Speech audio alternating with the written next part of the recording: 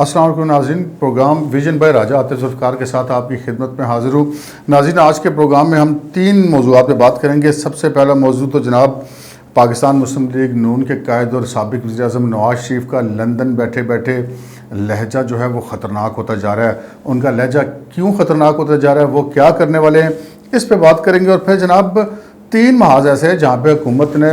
دھواں دھار فائرنگ کی اور پھر یکدم اسے فائر بیک کر گئی، ان تینوں محاذوں سے پیچھے ہٹ گئی۔ وہ کون سے 3 محاذ ہیں اور ان سے وہ کیوں پیچھے ہٹی ہے، اس پہ بات کریں گے۔ اور پھر ایک محاذ البتہ ناظرین ایسا ہے جس پہ کپتان ڈٹ کے کھڑا ہے، وہ کون سا محاذ ہے یہ بھی آپ کو بتائیں گے۔ مگر اس سے پہلے کہ ہم اپنے پروگرام کو آگے بڑھائیں، آپ سے گزارش ہے کہ اگر ابھی تک آپ نے ہمارے چینل سبسکرائب نہیں کیا تو پلیز کر لیجئے اور ساتھ ہی بیل آئیکن بھی دبا دیجئے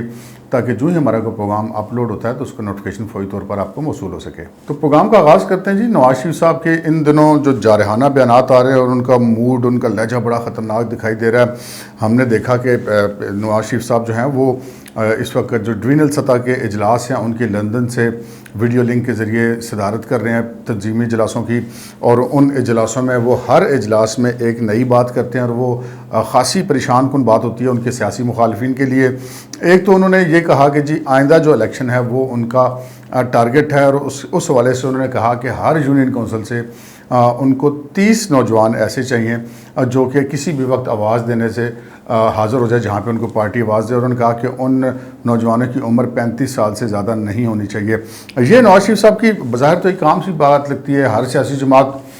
یونین کونسل کی سطح کے پر اپنے کارکن رکھتی ہے، متحرک اور فعال کارکن رکھتی ہے، لیکن یہ جو نواز شریف صاحب نے بات کی ہے، یہ جو مسلم لیگ نون کے ذرائع ان کا یہ کہنا ہے کہ یہ انہوں نے آئندہ الیکشن کو مد نظر رکھ کے رکھی ہے کہ ہر حلقے میں، ہر یونین کونسل میں ان کے پاس ایسے 30 لوگ موجود ہوں جو 24 گھنٹے موجود ہوں، اور تاکہ کسی بھی قسم کی ان کے مطابق الیکشن میں گڑبڑ نہ کی جا سکے اور الیکشن کو ان سے چھینا نہ جا سکے۔ یہ ایک بہرحال ایک خطرناک سمت اشارہ کرتی ہے یہ بات کہ مسلم لیگ نون جو ہے وہ اب جارحانہ موڈ میں دکھائی دے رہی ہے، اور جو نواز شریف صاحب کا لہجہ ہے وہ دن بدن خطرناک ہوتا جا رہا ہے۔ دوسرا جو ہم کہہ سکتے ہیں کہ ان کا لہجہ خطرناک ہو رہا ہے وہ کس بنیاد پہ ہو رہا ہے کہ انہی تنظیمی اجلاسوں میں نواز شریف صاحب نے آہستہ آہستہ کر کے اکتوبر 1999 میں جب مارشل لا لگا اور ان کی حکومت کو گرایا گیا، اس کے واقعات انہوں نے بیان کرنے شروع کر دیے ہیں، جبکہ اس سے پہلے ہم کہہ سکتے ہیں کہ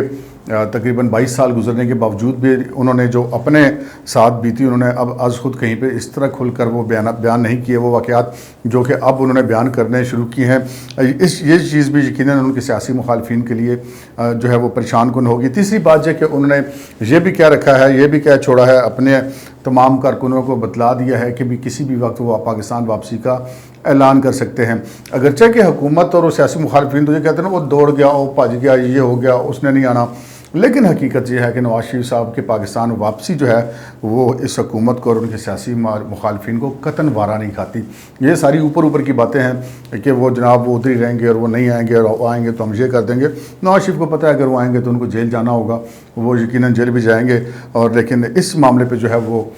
جو خاصی پریشانی جو ہے ان کے سیاسی مخالفین کی صفوں میں پھیلی ہوئی ہے۔ اور آخری بات جو ان کے خطرناک ہونے کے حوالے سے ہے وہ یہ ہے کہ پاکستان تحریک انصاف جو کہ حکومتی جماعت ہے، اس کے تقریباً 20 کے قریب لگ بھگ جو اراکین اسمبلی، اس سے کچھ کم یا کچھ زیادہ بھی ہو سکتے ہیں، انہوں نے ڈائریکٹ یا انڈائریکٹ نواز شریف صاحب سے لندن میں رابطے کیے اور ان سے ملاقات کی خواہش ظاہر کی، اور مسلم لیگ نون کی جو دیگر قیادت ہے جس میں رانا ثناء اللہ صاحب ہیں، مریم نواز صاحبہ ہیں، شاہد خاقان عباسی صاحب ہیں، ان لوگوں سے کہا کہ جی ان کی میاں نواز شریف صاحب سے ملاقات کرائی جائے اور اگلے الیکشن میں ان کو جو ہے وہ ٹکٹ دیا جائے اور پارٹی کے اندر ان کو باقاعدہ طور پہ شامل کیا جائے، تو وہ مسلم لیگ نون میں شامل ہونے کے لیے تیار ہیں۔ ایسی سچویشن میں کہ جب حکومت پہلے ہی ہچکولے کھا رہی ہے اور غیر مقبولیت کی آخری حدوں تک چھو چکی ہے، مہنگائی جو ہے پاکستان کی ریکارڈ سطح پر ہے، معیشت بری طرح تباہ ہو رہی ہے، بین الاقوامی تنہائی کا بھی ہم شکار ہے، ایسی سچویشن میں حکومت کے اپنے سرکاری اراکین اسمبلی کا ان کے جو سب سے بڑے سیاسی مخالف ہیں نواز شریف صاحب سے خود ملنے کی خواہش کا اظہار کرنا بھی ایک خطرناک بات ہے۔ اب ہم بات کرتے ہیں کہ حکومت کن 3 محاذوں سے پیچھے ہٹ گئی۔ جناب ہم نے دیکھا کہ یہ پاکستان میڈیا ریگولیٹری اتھارٹی کے حوالے سے حکومت نے جناب ایک طوفان سر پہ اٹھایا کہ ہم تو یہ نافذ کر کے رہیں گے اور یہ فیک نیوز کے خلاف ہے، اور اس میں جناب وہ 10 کروڑ روپیہ جرمانہ رپورٹر کو اور 25 کروڑ روپیہ اس کے ادارے کو کسی خبر کے حوالے سے ہم کریں گے، اور تمام تر جو ہے وہ چیزیں حکومت کی مرضی سے چلیں گی، حکومت کی مرضی کے بغیر کوئی خبر نہیں چل سکے گی، اور یہ تمام جو اتھارٹیز ہیں جس میں پیمرا ہے یا پی آئی ڈی ہے، ان سب کو اور پھر ساتھ سوشل میڈیا کو ایڈ کر کے ایک اتھارٹی بنا دی جائے اور اس کے ذریعے سے میڈیا کو کنٹرول کیا جائے۔ لیکن یہاں پہ ہونا کیا تھا کہ وہ صحافی وہ بیچارے جو ماریں کھا کر جس بھی طرح سے ہمیشہ سے اپنی آزادی کا تحفظ کرتے ہیں وہ پھر میدان میں نکل آئے اور انہوں نے پارلیمنٹ ہاؤس کے سامنے دھرنا بھی دیا اور اس وقت انہوں نے ایک تحریک کا بھی اعلان کر رکھا ہے. لیکن حکومت یہاں پہ تھوڑی سی پیچھے ہٹ گئی ہے اور اس نے اس چیز کا تکرار کرنی بالکل اچانک چھوڑ دی ہے اور معاملہ ایک کمیٹی کے سپرد کر دیا, جس سے لگتا ہے کہ حکومت جو ہے اس معاملے سے اب پیچھے ہٹ گئی ہے. لیکن صحافیوں کے بارے میں ہمیں یہی اطلاع ہے کہ وہ اس معاملے میں پیچھے ہٹنے کے لیے فی الحال تیار نہیں ہیں. اور دوسری ہم بات کرتے ہیں کہ دوسرا کون سا معاوضہ ہے جس پر جو ہے حکومت پیچھے ہٹ گئی. دوسرا معاوضہ جی الیکٹرانک ووٹنگ مشین والا. الیکٹرانک ووٹنگ مشین جس کو حکومت اپنا ایک بہت بڑا کارنامہ قرار دے رہی تھی. اس کا کہنا تھا کہ جی ہم بوگس جو ہے ووٹنگ اس کو کرنے کے لیے, اس کو روکنے کے لیے, اس کے سدباب کرنے کے لیے الیکٹرانک ووٹنگ مشین لا رہے ہیں. لیکن الیکشن کمیشن نے بھی اور اپوزیشن کی تمام جماعتوں نے, زندگی کے دیگر طبقات کے لوگوں نے اس مشین پر عدم اعتماد کا اظہار کیا اور اس میں بہت ساری خامیوں کی نشاندہی کی. لیکن حکومت وہ چونکہ ہمیشہ سے پراپیگنڈے کے سر پہ کھیلتی ہے تو انہوں نے یہ کہا کہ نہیں یہ تو جی اس لیے کرنا چاہ رہے ہیں کہ یہ اپنا دھاندلی کا سسٹم برقرار رکھنا چاہتے ہیں. اور لیکن جو حکومت ہے اس کے پیچھے مطمع نظر یہ تھا کہ شاید یہ اس سے ووٹنگ مشین کے ذریعے شاید الیکشن جیت جائیں, کیونکہ اور تو ان کے پلے کچھ ہے نہیں. اور دوسرا یہ ہے کہ جو وہ بیرون ملک سے جو ووٹنگ کا حق دینے والا معاملہ وہ بھی اسی مشین کے ذریعے ہوگا. یہ بھی ایک الگ بحث ہے کہ اتنی مشینیں کہاں بنے گی اور جو مشین بنانے والے ہیں ان کا اس حوالے سے کیا کہنا کہ یہ فول پروف ہے یا نہیں ہے. یہ ساری باتیں اپنی جگہ پہ, لیکن یہاں سے آپ اس معاملے کی جو ہے وہ اس کو ٹیسٹ کر لیں کہ یہ مشین کتنی کامیاب ہوگی. آپ نے سنا ہوگا کہ نواز شریف صاحب لندن میں مقیم ہے, لیکن کل 22 ستمبر ان کی لاہور میں 4:10 پر ویکسینیشن ہو گئی. اور نہ صرف یہ کہ ان کی ویکسینیشن ہو گئی بلکہ آن لائن اس کی انٹری بھی ہو گئی. تو جناب پھر الیکٹرانک ووٹنگ مشین کی بھی اتنی سی اوقات ہے کہ بندہ مر بھی کیا ہوگا یا نہیں ہوگا, باہر والا ووٹ پتہ نہیں کس کو ڈالے گا, نکلے گا پتہ نہیں کس کو. تو یہی سچویشن الیکٹرانک ووٹنگ مشین کی ہوگی جو کہ میاں نواز شریف صاحب کی ویکسینیشن کے مقابلے میں NCOC کے ریکارڈ میں اندراج ہو گیا کہ نواز شریف صاحب کی ویکسینیشن ہوئی ہے. تو آپ دیکھ سکتے ہیں کہ پھر کتنے ہماری گرپ ہے اس الیکٹرانک سسٹم پہ یا اس کمپیوٹرائز سسٹم کے اوپر. تیسرا محاذ جو ہے وہ الیکٹرانک ووٹنگ مشینز پر تو ان کے الیکشن کمیشن آف پاکستان سے اختلافات تھے ہی, لیکن بہت سارے معاملات پر یہ انہوں نے الیکشن کمیشن پہ سیدھے حملے کیے. ڈسکا کے الیکشن والا معاملہ اس پہ بڑے سیدھے حملے کیے. یہ جب ووٹنگ مشین پر اعتراضات کی بات ہوئی اس وقت حملے ہوئے. وزراء نے کیا پریس کانفرنس کی, انہوں نے آگ لگانے کی دھمکی دی ایسے اداروں کو, اور جو صدر مملکت کے سامنے بھی ان کو دھمکایا گیا. اور صدر مملکت نہ صرف وہ دھمکیاں سن کے مسکراتے رہے بلکہ الیکشن کمیشن کے افسران کو سے پوچھنے گئے کہ وہ استعفیٰ کب دے رہے ہیں. لیکن چیف الیکشن کمشنر جو سکندر سلطان راجہ وہ حقیقی معنوں میں ان کے لوہے کا چنا ثابت ہونے کا جی میں تو آئین اور قانون سے ادھر ادھر نہیں ہوں گا اور نہ ہی کسی کو ہونے دوں گا. اور وہ پہلے انہوں نے کورٹ کے اندر بھی جا کے سپریم کورٹ کے اندر بھی حکومتی موقف کی مخالفت کی اور اپنا ایک آزاد ادارہ ہونے کا ثبوت دیا. تو اب جناب چونکہ آگے فارن فنڈنگ کیس کا فیصلہ بھی ہونے والا ہے, پھر وہ ڈسکا والی رپورٹ بھی آنے والی ہے کہ وہ جو 20-22 پریزائڈنگ آفیسر تھے وہ کدھر گئے. انہوں نے اپنے بیانات وغیرہ بھی ریکارڈ کرا دیے ہیں, وہ بیانات جمع بھی ہو گئے ہیں الیکشن کمیشن کے پاس,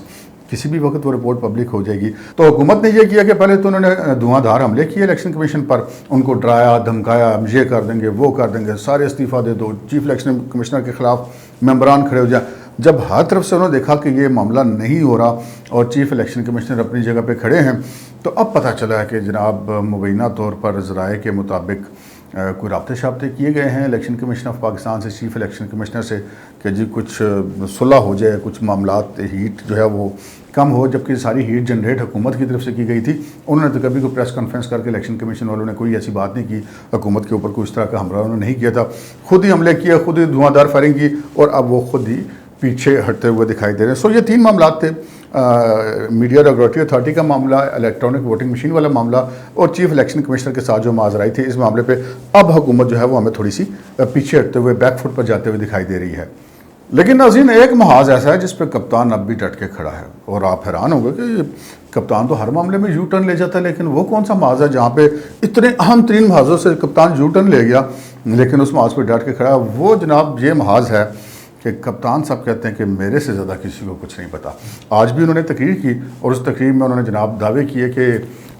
مجھ سے زیادہ کسی کو نہیں پتا, میں نے تاریخ کا طالب علم ہوں اور میں تاریخ اسلام کا طالب علم ہوں. اور پھر وہ مذہبی حوالے دینے شروع کر دیتے ہیں, تاریخی حوالے دینے شروع کر دیتے ہیں, اگرچہ کہ آج تک انہوں نے جب بھی کوئی ایسی بات کی ہے وہ عجیب و غریب ہے. آپ مثلا ترکی کے صدر کو بٹھا کے اگر ہمارے وزیر اعظم صاحب یہ فرما دیں کہ برصغیر پر 800 سال ترکوں نے حکومت کیا, تو ترک تو حیران ہی ہو جائیں گے, ان کے پرائم منسٹر حیران ہو جائے گا, صدر حیران ہو جائے گا کہ یار یہ بھائی صاحب کیا بات کر رہے ہیں. کبھی ازبکستان میں جا کے کہہ دیتے ہیں کہ مجھے آپ کی تاریخ آپ سے زیادہ پتہ ہے, کبھی اسلام کی تاریخ پہ تباہ آزمائی کرتے ہیں اور وہ الٹی سیدھی کر دیتے ہیں اور وہ پھر معاملات بڑے نازک ہو جاتے ہیں. کبھی وہ جرمنی اور جاپان کے سردے میں لا دیتے ہیں, کبھی ان کی جنگیں کروا دیتے ہیں آپس میں, کبھی ان کی مشترکہ انڈسٹریز لگوا دیتے ہیں. تو اس طرح کی تاریخ جو ہے وہ ان کو اپنی اس تاریخ پہ بڑا فخر ہے کہ ان کو بہت سارا تاریخ کے وہ اسٹوڈنٹ ہیں. حالانکہ وہ اسٹوڈنٹ نہیں, وہ کوشش کر رہے ہوتے ہیں کہ دوسروں کو تاریخ پڑھائیں, اپنے آپ کو تاریخ کا استاد بنانے کی کوشش کرتے ہیں. لیکن وہ بہرحال اس بات پہ ابھی بھی قائم ہے کہ مینوں سارا پتہ ہے تو مینوں سارے کو زیادہ پتہ ہے. آج کے پروگرام میں اتنا ہی, اجازت دیجیے, اللہ حافظ.